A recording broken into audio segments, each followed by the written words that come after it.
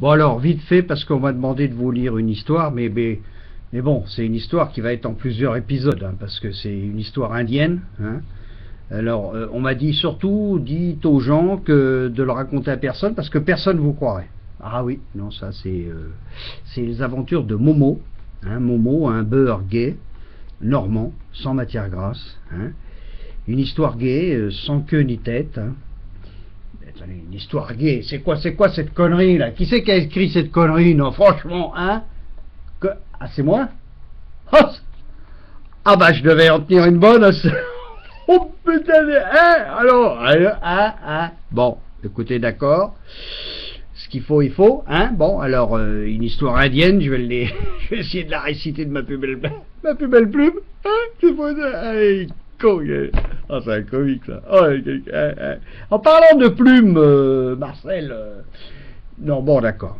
C'est pas le moment. Bon, alors, il était une fois, hein, once upon a time, hein, comme on dit là-bas, chez les Gaulois, hein, dans la Sergio Leone, du Nord, un petit Indien, petite tranche de cake moisie, qui voulait devenir aussi grand que Bouvard, aussi intelligent que Stevie de la tribu des Ruquiers à plume arc-en-ciel, hein, aussi Montiel que la tribu des oubliettes, aussi Morano de la tribu des coquilles vides. Un peu en parlant de ça, bon bah c'est comme Love Amour, hein, il ferait bien de tourner la page puisqu'on est chez les Indiens, ça nous ferait de l'air. Bon, aussi futé, qui voulait devenir aussi futé que son grand-père Poil de Narine Velue. Hein. Au mieux, il aimerait bien avoir autant d'humour que notre regretté bouffon de la tribu des proches, le cyclopède, mais bien entendu, il sera moins intello que les magazines féminins utilisés par les squaws pour chier dans la prairie. Hein.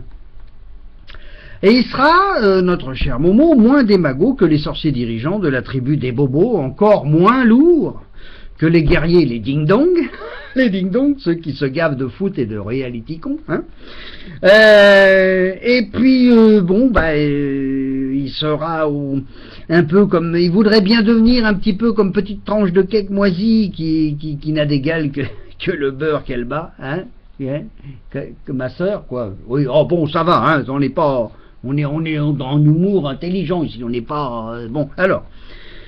Non, s'il vous plaît, on n'a dit pas de rappeur dans la salle, ça fait des corps d'air. Hein, s'il vous plaît, vous êtes gentil, surtout que lui, Momo, non, le rap, il aime pas du tout. Lui, il aime que la musique classique. Hein, alors, bon, c'est tout. Alors, oui, je te ferai dire. Bah oui, la musique classique. Hein, bon. Alors, justement, je vais vous le présenter. Momo, notre beau gosse. Hein, Momo le Cheyenne, a là, un beau matin, trouvé son père, feuille de PQ, de la tribu des Rouvoilets, et lui déclara tout de go: mon père, je suis décidé à passer les 7 épreuves sacrées. Zob, le chien de la tribu, du Dab, se dressa, l'air inquiet. Le père eut un instant de flottement, hein, en posant son narguilé, faut le comprendre, puis essuyant son long d'argif d'ivrogne invertébré, lui dit d'un ton solennel: Benadine Mordalor, parmi le Fatma Arabao, en string léopard, même avec tout semblé qu'il avait de la Ben Laden, jamais il aurait osé faire les 7 épreuves sacrées, jamais il avait osé Laden. Alors, le Pensio, hein, qui est décès. Bon.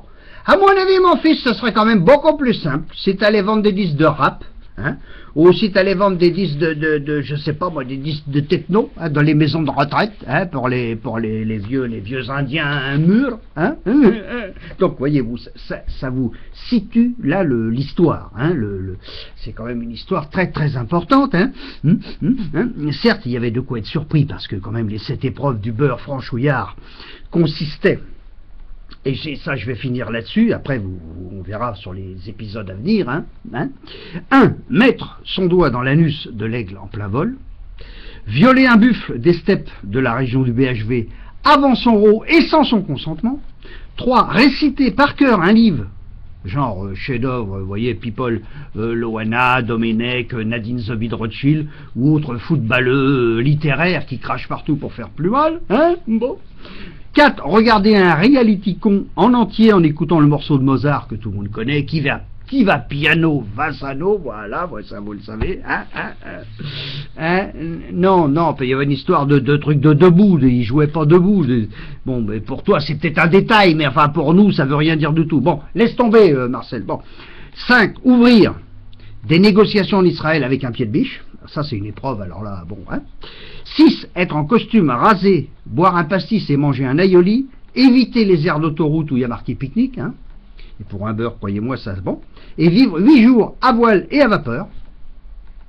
Ça, je connais des endroits pour ça. 7. Ne pas conduire avec les pieds, comme les beaufs, mais plutôt avec la tête, parce que, et sans la sono à donf qui crache des sonates de Berlioz, genre NTP, nique ton père. Bon, voilà. Et alors, il y a un test.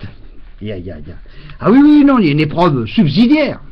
Ne pas brûler de voiture pendant les fêtes de tradition gauloise. Alors là, tout de suite, ça vous donne une idée de ce que va être cette aventure. Ah, bien